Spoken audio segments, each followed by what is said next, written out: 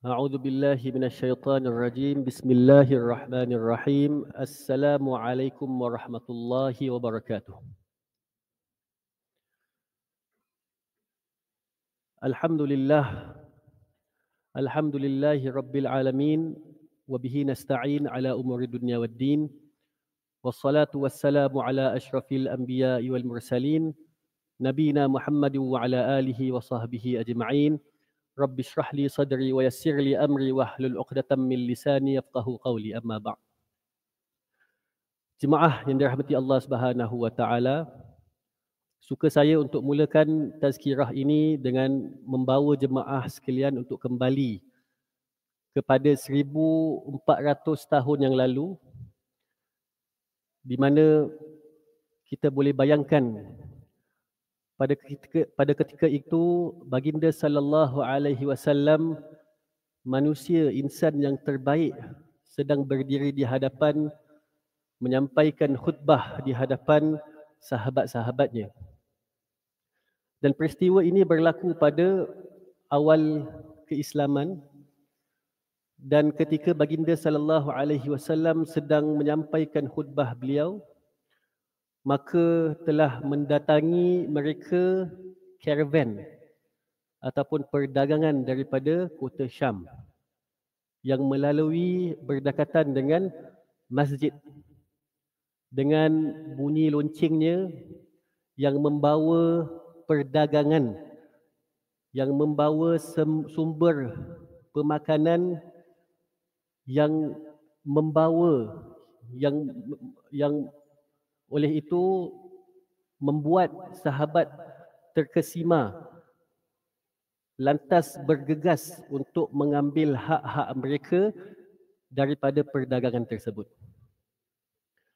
Maka turunlah ayat dari surah Al-Jumu'ah ayat ke-11, di mana Allah mengatakan, Allah berfirman, wa idza ra'a tijaratan aw lahwan infaddu ilaiha wa tarakuka qa'imah qul ma 'indallahi khairum minal lahwi wa minat tijarah wallahu khairur raziqin. Maka Allah berfirman, Allah mengatakan, apabila mereka melihat perdagangan, maka mereka meninggalkan kamu di hadapan apabila menyampaikan khutbah. Maka katakanlah kepada mereka, qul ma 'indallahi khairum minal lahwi wa minat tijarah, bahawa apa yang terdapat di sisi Allah jauh lebih baik daripada hiburan dan perdagangan. Wallahu khairur raziqin. Dan apa yang ada di sisi Allah, Allah lah yang sebaik-baik pemberi rezeki. Tuan-tuan dan puan-puan yang dirahmati Allah Subhanahu wa taala, atas kejadian tersebut, persoalan yang perlu timbul di benak fikiran kita adalah, apakah yang lebih utama? Adakah untuk kita meninggalkan keridaan Allah untuk mendapatkan bekalan dunia yang sementara ini, ataupun kita meninggalkan bekalan dunia hanya semata untuk mendapatkan keridaan Allah Subhanahu wa taala? Keutamaan solat Jumaat sungguh besar, di mana kita dapati Islam, pensyariatannya dia lebih kepada amalan rutin, amalan sehariannya, amalan mingguannya, amalan tahunannya. Dan ini menunjukkan rahmat Allah Subhanahu wa taala kepada kita, supaya kita dapat berlatih untuk menjadi seorang insan yang tetap akan kembali kepada Allah Subhanahu wa taala dalam apa juga situasi yang kita ada, dan untuk menjadi seorang insan yang lebih baik. Kerana yang paling penting adalah ending kita tu. Innamal a'malu bil khawatim. Sesungguhnya amalan kita kembali kepada penghujung kita, bukan kembali kepada bagaimana kita mula. Dan alhamdulillah kita masih diberikan peluang pada saat-saat terakhir bulan yang sangat baik, di mana dalam satu malam itu terdapat ganjaran yang lebih baik daripada 1000 bulan. Lebih baik dari 1000 bulan. Kadang-kadang ada yang mengatakan dia seumpama amalan selama 83 tahun, selama amalan 84 tahun, tapi sebenarnya rahmat Allah itu lebih luas daripada itu, di mana Allah mengatakan khairum min alfi syahr. Dia lebih baik daripada ganjaran tersebut, masya-Allah. Semoga Allah Subhanahu Wa Taala memberi kita peluang untuk mendapatkan malam tersebut dan mendapatkan ganjaran sempurna yang diberikan olehnya. Amin ya rabbal alamin. Jadi kembali kepada keutamaan mingguan tadi. Allah berikan kita peluang. Allah memberikan kita peluang untuk menjadikan kafarah, penghapus dosa daripada hari ke hari. Solat fardu ke solat fardu yang lain. Satu Jumaat kepada Jumaat yang lain. Ramadan kepada Ramadan yang akan datang. Satu umrah kepada umrah yang lain. Masya Allah. Ini adalah peluang yang Allah berikan kepada kita. Dan mudah-mudahan apabila Allah berikan kita peluang untuk mendapatkan Ramadan sekali lagi kali ini, pada peluang yang Allah berikan kepada kita, kita dapat mencapai sebaiknya. Kita lihat. Nabi SAW mengatakan dalam hadis riwayat Muslim yang diriwayatkan oleh Abu Hurairah radhiyallahu anhu, baginda sallallahu alaihi wasallam mengatakan khairu yaumin tuli'at fihi syams yaumul jumu'ah. Sebaik-baik hari apabila terbitnya matahari adalah pada hari Jumaat. Dan pada hari Jumaat itu kita disyariatkan untuk bergabung untuk salatul Jumaat. Dan salat Jumaat ni merupakan penghulu segala hari, di mana weekly rutin kita adalah untuk bergabung dan untuk memperingatkan satu sama lain. Dan pada waktu itu, malaikat, ini dalam hadis riwayat Bukhari dan Muslim yang diceritakan oleh Abu Hurairah juga, malaikat ni dia akan tunggu di pintu masjid. Idza kana yaumul jumu'ah waqafat 'alaihimul malaikah wa yaktubuna al-awwal fal-awwal. Baginda sallallahu alaihi wasallam mengatakan malaikat ni dia akan tunggu di pintu masjid dan mereka akan mencatat siapa yang datang awal, siapa yang sempurnakan saf awal, ini ada ganjarannya. Maka yang lambat tu akan dapat lebih kurang. Kalau kita nak kaitkan ganjaran yang diberikan kita pada malam Al-Qadar pun sama. Dia kembali kepada usaha yang kita letakkan. Di mana Allah berfirman dalam surah Al-Qadar, khairum min alfi syahr tanazzalul malaikatu warruhu fiha biizni rabbihim min kulli amr salamun hi hatta matla'il fajr.